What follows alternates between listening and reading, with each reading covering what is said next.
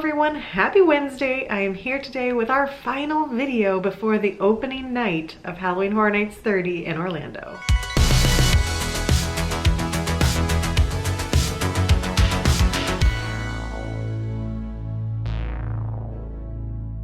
So today's video is going to be short and sweet. I have a couple announcements and then I want to answer the few questions you guys left me in last week's video. So first up, I want to say if you haven't already seen on social media from either my account or HHNRumors account, I am now the leader of HHNRumors. So if you're not familiar, check out HHNRumors on Twitter or HHNRumors.com. If you are familiar with my channel and not familiar with that account, HHNRumors was originally a website that had a forum and a chat room community of Halloween Horror Nights fans. And I personally joined that community back in 2010. So over a decade as a member of HHNRumors. Back then, like I said, there was a forum. Most of the people that you've seen me attend Halloween Horror Nights with in the past are people that I met through that forum. In fact, most of my best friends are people that I met from that forum. Michael, Brittany, Kyle, we all met on HHNRumors to start with, but many more familiar faces to you guys all met in that chat room on those forums way back in the day. So back in 2010, 2011, I was a moderator of the forums and the chat room, known for covering the rumors, covering the news, covering the history of the event. I am honored to have been chosen as the person to take the reins and go through this next era with the website. I'm hopefully gonna have some fun with it. I'm definitely gonna be on Twitter covering the event and hopefully making some blog posts throughout this year's event and taking over the rumor train for 2022. So make sure to follow me here, but also follow the HHNRumors account, and I'll be incorporating some in both in my videos and on HHNRumors. So with that, I am now attending opening night. I wasn't originally planning to attend opening night because I know it's just gonna be wild and crazy, and so we had not planned to attend opening night, but now I will be because I can't miss opening night and representing HHNRumors at opening night. So I will be there for opening night, which means there will be an opening night vlog coming on my channel this weekend. I can't believe we're already there this weekend.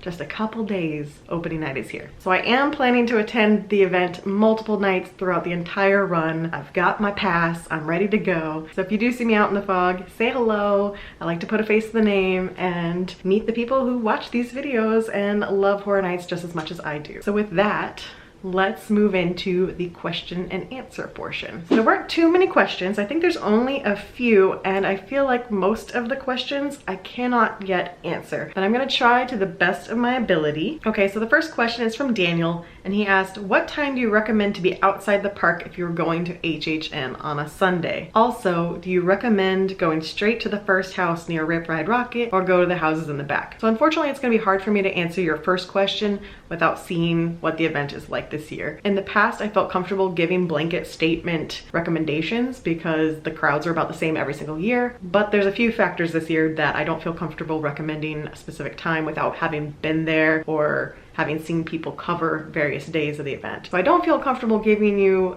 a solid answer yet, but this is what I will say based on my previous knowledge. If you don't have Stay and Scream, it says the park opens at 6:30. I will tell you that many times they open the park before 6:30. It says 6:30, but they might open the gates by 6, by 5:45, 6:15. It could be anywhere in there. They will open it by 6:30, but they may open it sooner. So if you want to be one of the first people in the massive crowd waiting at the gates, I wouldn't get there much later than 5. Now, obviously Stay and Scream, you're in the park by 5. Usually the front gates are still pretty open by 5 p.m. when I'm rushing to get into Stay and Scream, so I don't think you need to be there at 5, but I wouldn't wait too much later than that to make sure you're there. So maybe by 5:30. That might be too late this year though, I just don't know yet. If you have Express, don't worry about it. Stroll in whenever you want. You'll be totally fine. But if you're trying to beat as many crowds as you can and you don't have Stay and Scream, you don't have Express, then you need to get at the gates pretty early in order to be some of the first people that walk in. As for your second question,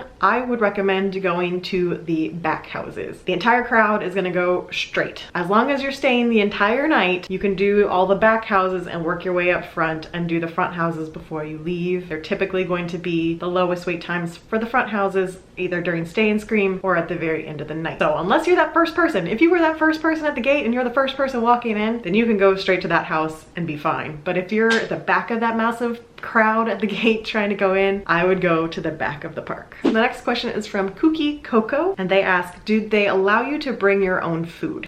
I don't know for a fact what their current rule is on food. In the past, and this is a pretty long time ago because it was back when they still did physical bag check at the front gates of Horror Nights, I had a friend who was on a very strict diet plan and tried to bring her own food in, like carrots and her own snacks, and security stopped her. Now this was a long time ago. Right now they're x-raying bags, they're not going through bags by hand, and I can't see why they would stop you from bringing your own food. You are definitely not allowed to bring your own drink. Security will stop you. Because Halloween Horror Nights has such a history of a party atmosphere, they're very suspicious if you try to bring your own drink. Drinks, no go, you cannot bring your own drinks. Food, I say go for it. The worst case is they make you throw it out. Think you'll be okay, especially if you have a dietary restriction. Just make that really clear to them and hopefully they'll let you through. This one is from Shanna. My friends and I are going Sunday, September 12th, and we're planning to do Stay and Scream. Which location would you suggest we stay in? So this is the other question that I feel like I cannot answer yet because we haven't seen what Stay and Scream locations are going to be available. In theory, there should be at least 2 Stay and Scream locations. One is Finnegan's and one is the Simpsons area. Whether or not there's others remains to be seen. I would hope that they're going to do extra Stay and Scream locations this year just because of COVID and trying to keep crowds down. If you only have 2 Stay and Scream locations, that's a lot of people crammed into 2 small spaces. So I'm hoping there's more, but we don't know yet. We'll find out opening night. But between those 2, it really just comes down to personal preference. Finnegan's is typically the more popular Stay and Scream location